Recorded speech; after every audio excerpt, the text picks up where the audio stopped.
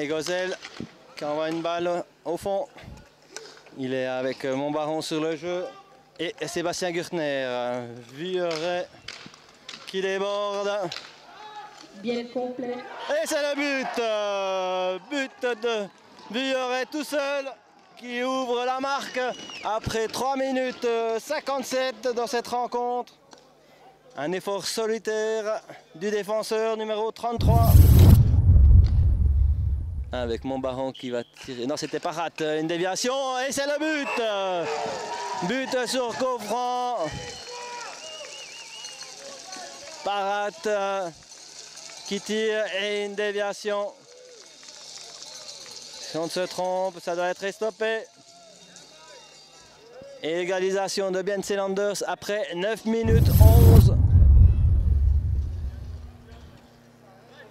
Il joue avec Esteves qui joue bien. Et Damien Varol pour le tir, c'est magnifique. Et c'est le 2-1. Bon travail d'Esteves qui se débarrasse de son défenseur pour donner une très bonne balle au bûche top sniper biennois qui inscrit le numéro 2 après 11 minutes 20. Bienne qui prend pour la première fois l'avantage dans cette rencontre. Zanowski qui dribble, c'était bien joué. Pas de pénalité avec Esteves et Varol qui tire et qui marque.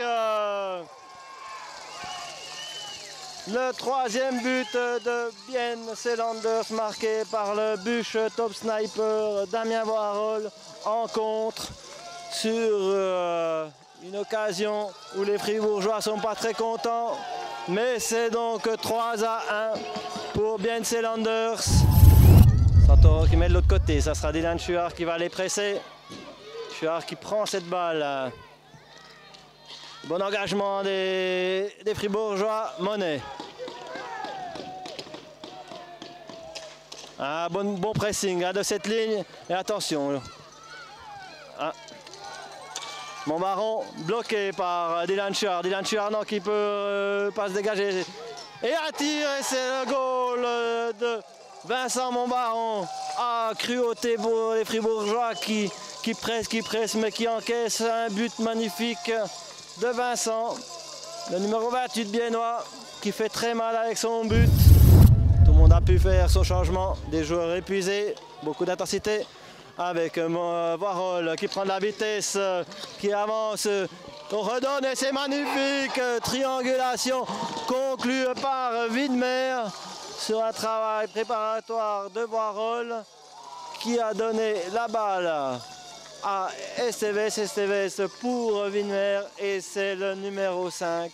Magnifique but des Biennois. Belle opportunité pour Givisier, donc Fleury. Attention, Santoro. Monet. Un tir et c'est le but. Voilà là, une réaction, joli but de Monet. Le numéro 2 à 4 contre 2. Après 37-53.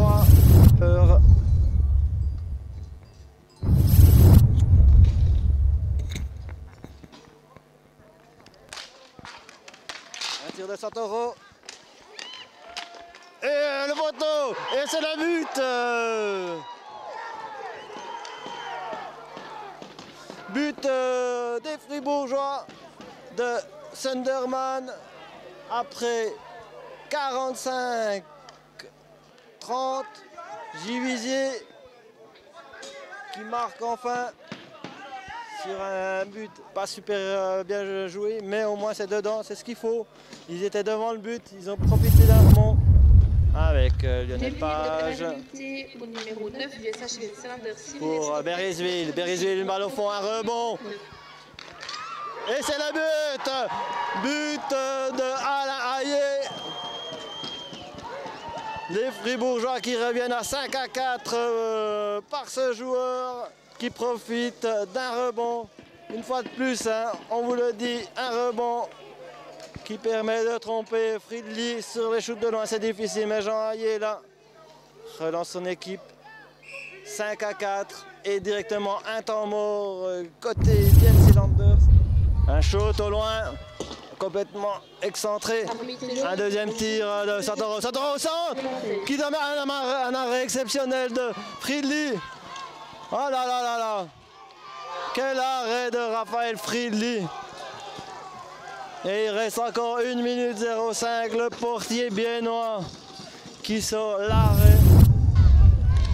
Beresville en bacon. Il y a les joueurs qui sont tous devant, les joueurs biennois.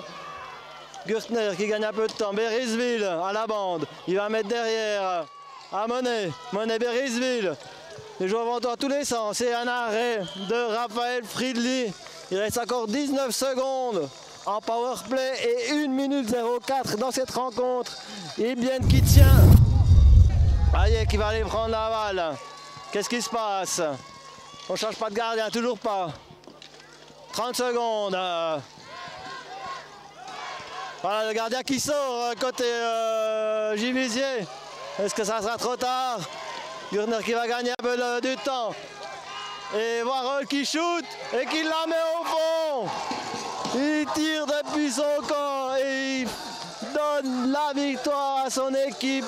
Damien Warhol marque le numéro 6 à 15 secondes de cette rencontre. Les deux équipes, voilà, vont pas aller plus loin. 3 secondes, 2 secondes, 1 seconde. Voilà, fini. Bien Selanders qui s'impose donc 6 à 4 ce soir face aux Fribourgeois. Une victoire à l'étriqué car Givisier a montré son potentiel. Il faut souligner aussi que dans les rangs de Bienne, le gardien Raphaël Fridley a longtemps tenu la baraque avant de vivre peut-être un dernier terre un peu plus compliqué. Mais il faut souligner quand même le travail offensif des Fribourgeois.